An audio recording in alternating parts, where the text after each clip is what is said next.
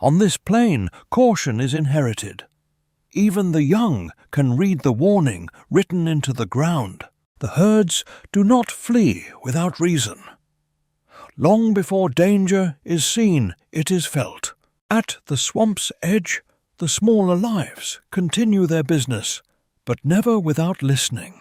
And here is the old authority of the floodplain, immense, deliberate, and answerable to nothing nearby. Above them all, another dominion opens. The sky, too, belongs to a hunter.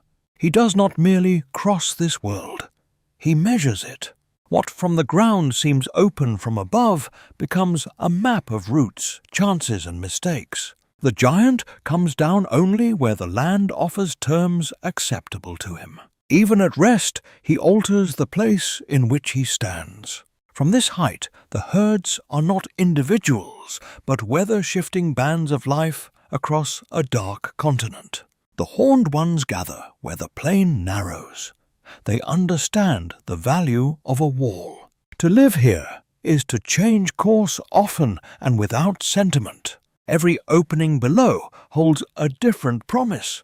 Some offer food, some offer only escape. And then a darker invitation, the silence around death. He approaches without haste. Great power rarely needs urgency. The dead feed more than hunger. They reorder the loyalties of the living. Yet even in feeding, he does not forget the cost of being on the ground. Beneath the reign of giants, the small predators keep to the margins and survive by attention. On this floodplain, vulnerability has many shapes, and all of them are brief.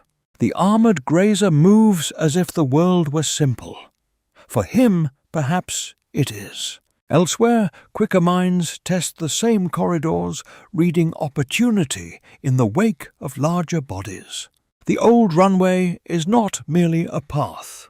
It is memory pressed into earth. He returns to the carcass because the plain still has not finished with it. What dies here is never claimed by only one life. The giant feeds, but the ground around him tightens with consequence. There are moments when the feast gives way to listening. This is one of them. For now, the floodplain sends its oldest answer. The tyrant comes to collect what remains. Two sovereignties meet over the same ruin, one of air, one of bone and muscle. The great predator does not ask, he arrives. And the sky hunter, for all his enormity, must suddenly negotiate with gravity. On the ground rank is settled with terrible simplicity. He has no wish to prove himself here. His wisdom lies in leaving. And when he rises, the plain is reminded that escape itself can be a force of destruction. Below, the tyrant inherits the kill, but not the silence that preceded it. Already, the lesser opportunists return. Nothing in this world remains empty for long. From above, the wound in the landscape is clear. Conflict leaves geography behind. The horned herds have shifted. They have learned from what the ground now remembers. The hadrosaurs flow where they can, dividing and rejoining like a living river. Yet some crossings are no longer crossings at all. Some have become warnings. The giant reads the change immediately. To survive at this scale is to recognize denial before it closes. Seen from the high air, the floodplain is no wilderness of chance. It is structure. Every detour below confirms the same truth power has passed here, and the land has kept the record. So he tests another corridor, another promise of departure. He knows now that not every open lane remains open for long. The smaller runners make use of what giants leave behind, threading safety where there was once violence. Even the cautious browsers look outward now. The changed land changes the mind. To feed in the shelter of a scar is still to feed under a sentence. The old and armored accept the world slowly, but they accept it all the same. And now the runway itself is claimed by another will. He advances only a little enough to understand that the plain has shifted against him. The horned giants do not attack for glory. They deny passage, and that is enough. For a creature of the open sky, refusal can be as dangerous as pursuit. He searches the margins where chance sometimes survives in narrowness. But the herd has thought of that too. So the great flyer stands before a wall he cannot simply overawe. The message is blunt, ancient, and unmistakable, not through here. His retreat is not cowardice. It is the intelligence of something built for another element. He launches not into triumph, but necessity. The earth rejects him. The sky receives him back. From above, once more, what was merely a passage has become a mark that will endure. The herd remains, but the moment has passed. What matters now is what it has left behind. The hadrosaurs resume their movement, yet not along the old lines. Nothing resumes unchanged. The sky hunter circles and sees that the plain is becoming legible in a new way. Even the scavengers approach these altered corridors with care, as though entering the aftermath of a storm.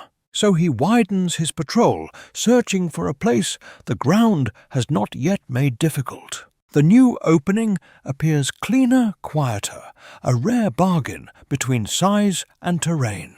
He tests it with the patience of an animal that cannot afford error. For a moment, there is only need water, footing, stillness. Then the plain releases him again. He rises not in spectacle, but in mastery. Now the three marks below begin to speak to one another, becoming a pattern rather than a series of events. And with pattern comes understanding. This is no longer untouched country.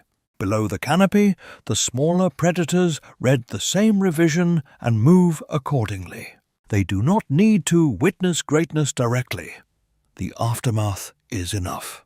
At the swamp margins, even the opportunists follow the new lines cut by the powerful. The little herbivores cling to the edges, where notice is harder to earn. Overhead, the air itself begins to harden. The time for careful choice is shrinking. The hadrosaurs arrive at the new runway as if summoned by the same dark logic. He comes down because delay has become its own danger, and once again the ground conspires with the living against him. He braces. Even vastness in the wrong place can feel cornered. Then the other threat appears, and the floodplain closes from both ends. Here at last is the cruel arithmetic of the lowlands. There may be no correct direction, only the least fatal one. The tyrant drives forward with the certainty of muscle and appetite. The giant of the air answers with commitment. There is no room left for hesitation. The herd does not understand his predicament, only his nearness, and that is reason enough to split. He chooses the seam that barely exists, and by choosing it, creates it. This is not elegance now.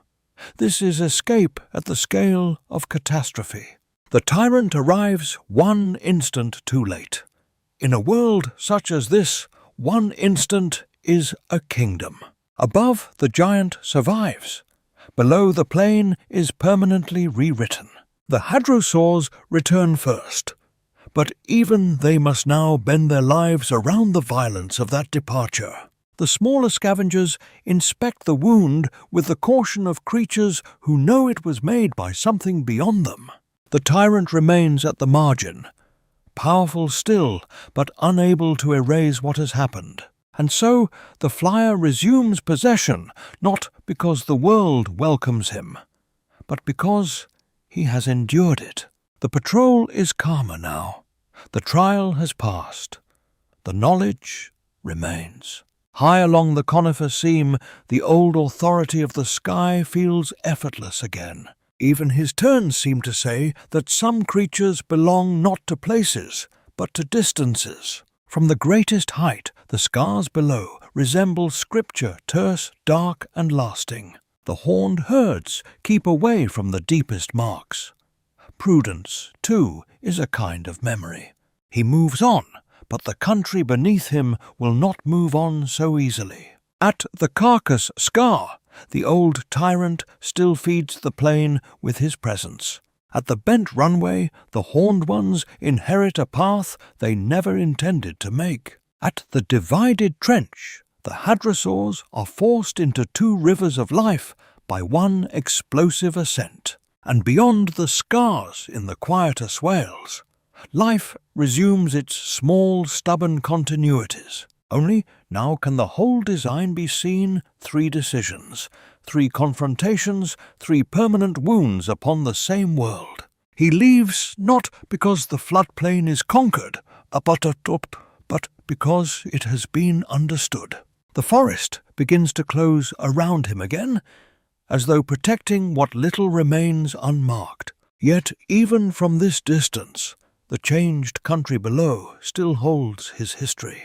The smallest runners now obey the map cut by giants. Those who survive at the margins survive by accepting the new shape of danger. Even the armored old ones curve around the scars, proving that strength does not exempt one from memory. And in a final quiet pocket, feeding continues, a fragile piece beside a permanent break in the earth. The floodplain has submitted, not to a ruler, but to an event repeated often enough to become landscape. Along the higher corridor, the giant passes like an old law returning to itself. The swamps are calm again, but only because the larger violence has moved elsewhere. Forest reasserts itself. The marked openings begin to seem like distant thoughts. From this last great height, all drama resolves into pattern. The giant turns once more over the lowlands as if reading what he has written there. Then even the altered basin starts to shrink beneath him, becoming memory within memory. He goes on. The scars remain, and the ancient plain, indifferent and transformed, continues beneath the cold sky.